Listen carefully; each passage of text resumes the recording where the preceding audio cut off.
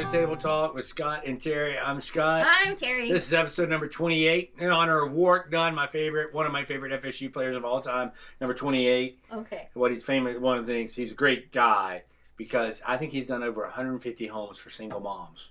Helped build. Built them? Yeah, because his mom was a police officer who got killed in the line of duty when he was a senior in high school, came to FSU, and that's been his commitment after he joined the pros was he put a foundation together. So I think it's like 150 homes he's built for single moms. Pretty cool. That is the coolest. Yeah, that's why Warwick Dunn's one of my favorite. Number 28. This is podcast number 28.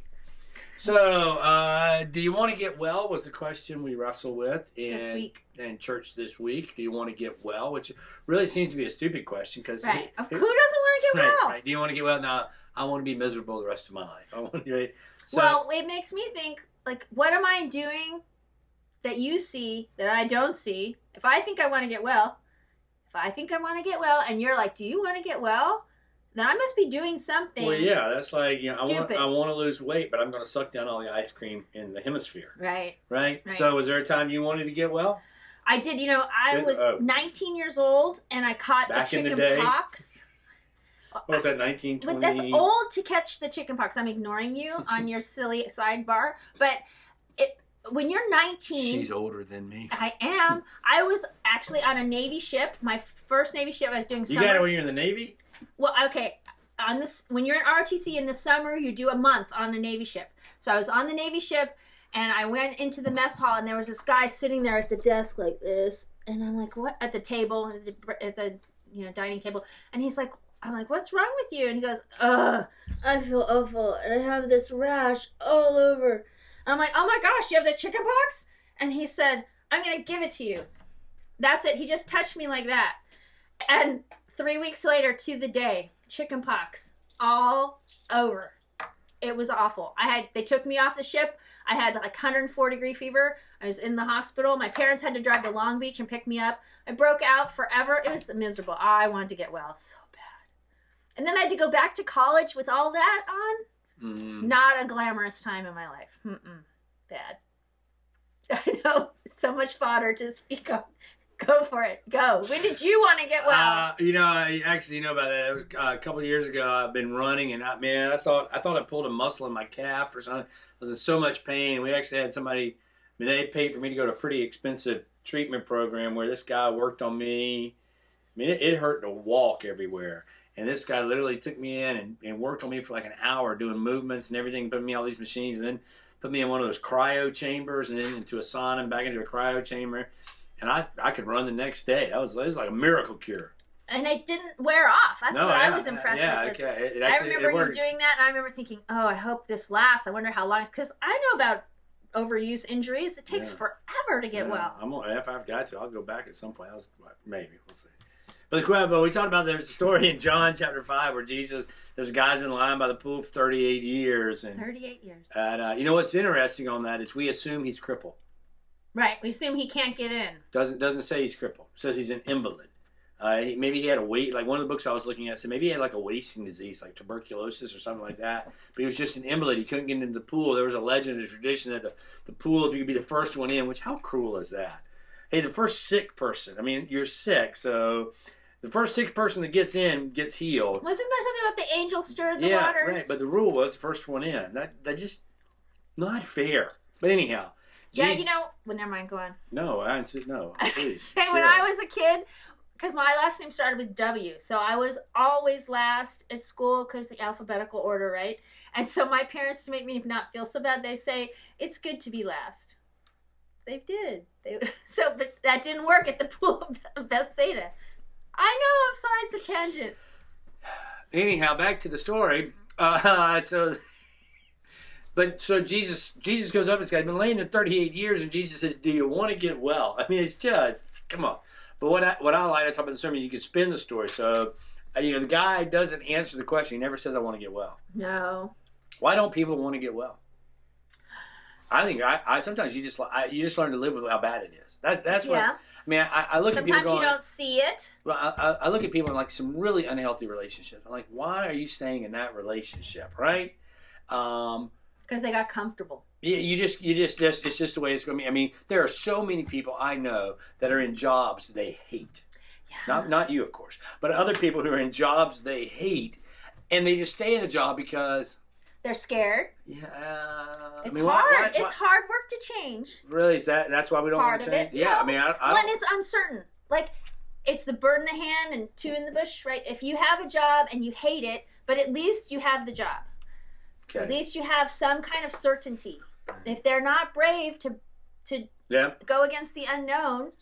But you got, I mean, part. I guess the first step is you do have to want to get well. Right. That's the first step to being attitude does make a difference, right? You have to want to clean out. If you have a bad relationship, if you have financial struggles, if you have anxiety, you have to want to change and do the work. My friends that are really involved in AA will say, it doesn't do you any good to send somebody to AA. They have to want to go. They got to want to go. And the cool thing about AA is that there are friends there to help you. Mm-hmm. And that's, like, what I talked about in my devotional this week was about the friends who brought the paralyzed man and took him up on the roof and made a hole in the roof and lowered him down to Jesus. And it wasn't just the paralyzed man's faith that he would be healed, but the friends' faith.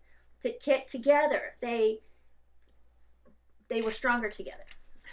Yeah, that on a tangent, that's one of my favorite stories in the Bible because Jesus literally says, not Jesus, but the author of the gospel says, when Jesus saw their faith, not the guy's faith. The guy, right? That's really cool. But so sometimes we use excuses for why we don't want to change, right? Or we don't want to get well. Well, we're embarrassed, like you said.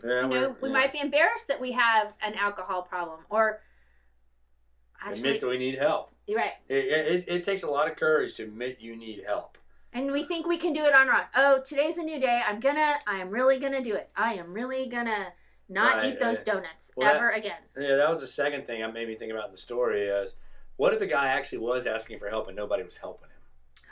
Right? I mean, 38 years, he didn't say one person, hey, can you? We do get calloused. Our hearts get really calloused. Like, how many guys do you see standing there homeless and you're like, I think of all kinds of reasons, and they're begging for money and you're like, really? Yeah. I don't, and then sometimes I'm compassionate, but sometimes I'm not. I mean, our hearts get calloused. And what about all the, Tammy's going to kill me, but what about all the Humane Society commercials about, the dogs and cats? Yeah, okay. Anyhow, I would say though, neither you or I are callous enough that if somebody said, hey, I'm addicted, can you help me? We go, no, that's true. We would help them. We would, if somebody came up and said, hey, my husband's beating me, right? We will, so part of it is, sometimes we don't see enough to ask the question, hey, Terry, do you need some help? I mean, it may not be so much I'm not helping them as much as I should be going to somebody going, hey, are you okay? Do you need any help? Hey, I've noticed this. I mean, I did have a conversation with a friend of mine at one point.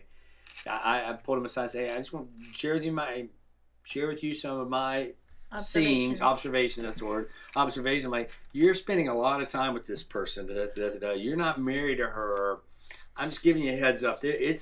I've noticed it, and he kind of looked at me going, I need to be careful with that, and we had a conversation, That was good. So that was a moment where, because sometimes we can't see within us the stuff that needs to get well, right? We don't know we're sick. Like, you didn't know you had chicken pox till it popped out. Takes 3 weeks. Incubation, that dumb virus. Yet another dumb virus. Okay, yeah. Anyway, and sometimes, it's not a big illness that someone has. Sometimes, you just need to notice, like today we had a lady who, just she wanted to be in church, but it stressed her out. She wanted to be able to leave and early and so she really wanted to sit in a different spot, and she just needed someone to intercede on her behalf and have a little compassion. And you're right, you have to be open to see it. Well, yeah, we have to be open to see it, but we also have to ask for help at times, and that's a hard one to get over. That's a hurdle. Pride, right? Pride gets in the way of a lot of things, doesn't it? Oh yeah, big time. And a lot of us that are probably listening out there, the issue isn't monumental, earth-shattering change to get well stuff. It's little stuff like anger or gossip or pride, things, me kind of stuff. Get rid of that.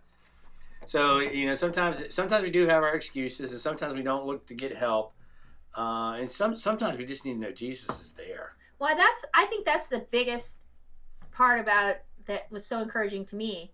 That 38 years. It didn't matter how many times he tried and failed, how many times we fail, how many times we still pick up that illness or whatever again. Right. Jesus didn't give up. He's there. He's still saying, you want to get well? Come on. I got you. But you got to give it to him. Yeah, you got to choose him. Yeah, I got a friend of mine who will tell you that it took him 4 times to get out over his addiction. He had four stints in rehab to get him to addiction. Wow. Get through, right? And then that's the huge testimony right there. And I love our New Start kids. It breaks my heart when they fall down and have a problem again. But then you can tell them a story like that I have a friend. It took him 4 times. Right. And, you think about the story of the prodigal son. I mean, how many times... I mean, we know the way the story reads is, he went away and he came back. But all the people I know in our church and in our community, folks I know whose children are prodigals, they've left and come back, and you're like, yes, and then they leave and come back, like, oh, and they keep, and yet every time they come back, there's that hope that this is the time, right? Well, and that's when our heart gets calloused. Right, or that's when we're judging our success on their behavior. And I think, especially with our own children, sometimes we have to just let God be the Father, and we need to not take on, if they go away, not take that on as a black mark on us. I think sometimes we stress about our kids like that. Sure. Well, we were talking about it earlier. I'm a lot more lenient with kids at camp or New Start kids than I am with my kids, right? Because of well, you said I have higher expectations. I do too. You should know better, blah, blah, all that kind of stuff, right? Right.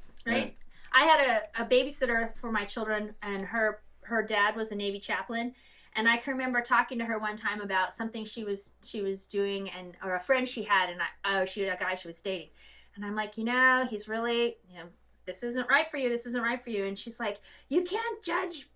But she said something like, just because I'm a pastor's kid doesn't mean I'm any different than any other kid. That's true. And she's like, you can't have higher standards for me. Right. No. That was something my boys will tell you that we were fortunate with. Our church was real clear. I would tell them, hey, my kids are going to be stupid and do stupid things, not because they're preacher kids, but just the genes. My wife, she has issues. Not me. Did it because, right?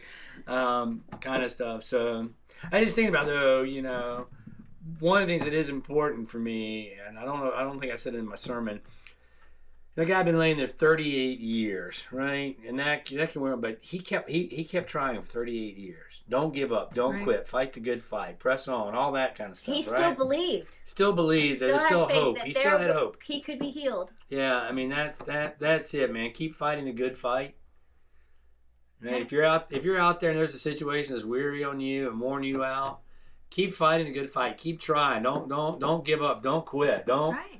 Ask for help. God is bigger than your problem. But the question is, do you believe that? Right. Well, we said this. I mean, if you're out there and right now you're struggling like with an addiction or an abuse situation, something like that, and ask for help. Email us, contact us. Exactly. Just say, hey. We would love to help you find help. Right. On our website, there's a support form for support groups on that, because you don't need to go alone on the journey, right? Right.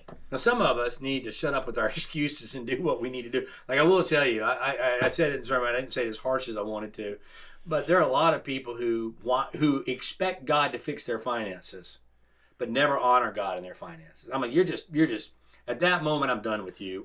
Don't talk to me about your finances, about how terrible your finances are. But when it comes to giving and putting God first in your finance, well, he really didn't mean. Or they take the vacation first. Right. I'm like, wait a minute, you can't have that either. That's like saying I want to lose weight and I want to eat all the ice cream. And I want to eat. Yeah, ice cream at the same time. There are some things you can say, hey. Well, sooner or later, you have to define what steps there are to change. And if you keep eating the ice cream. Right. First step's to go to the egg meeting. Right. First step's to go to Weight Watchers. Yep. Right. For me. Right. That's the first step. You know, and that's a huge step. Right. And then you know what you do after that? Keep going. Take the next step. Right. Actually, I was listening to a podcast the other day, yesterday. Winston Churchill. If you're going through hell, just keep going. Winston Churchill said that? That's what the podcast. I don't know I hadn't heard that before. So, hey, if you're going through hell, keep going. Yeah, keep going. That's awesome. Very good. All right, we got anything else to cover? What are you doing for 4th of July? It's this week. I know. You gonna do anything? No fireworks. We're just gonna hang out by the pool or ordering 4 Rivers for food. I'm not cooking. There you go. Yeah. So good. All right. Well, I think that's all the time we got for right now. But if there's something for you, we love for you to just kind of, the one thing you need to get well. What is one thing you want to make a commitment to yourself or to others? And if you're making an excuse, quit and do it. And if you need help, ask. Yes. And remember that God's not grumpy at you for falling down. He's not done with you. God's got a hand out trying to pick you up. Right. That sounds good. That sounds great. Am I praying? Yeah, I'll pray because we need to wrap up the time. Let's pray. God, we come to you and we give you thanks that when we fall down, you pick us up. That when we mess up time and time again, your mercy is still here for us and will still call us and will still claim us and pull us forward. So if there's some excuses we're making, help us to get rid of them and to do it. If there's a help we need to call out for, may you fill us with courage so we can ask for help. And for some of us, give us eyes to seize those who need help. And for all of us, God, when we stumble and fall, be the hand that picks us up. When we're scared, may you be the hand that we squeeze tight. Remind us to fight the good fight and not give up. That God waited 38 years and you showed up. We can wait a little longer. Amen. Amen. Peace out. Peace out. Bye.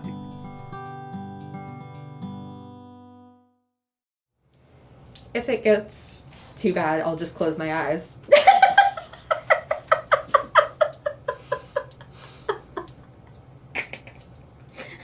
Low blood sugar. This costs like, I'm sick of this.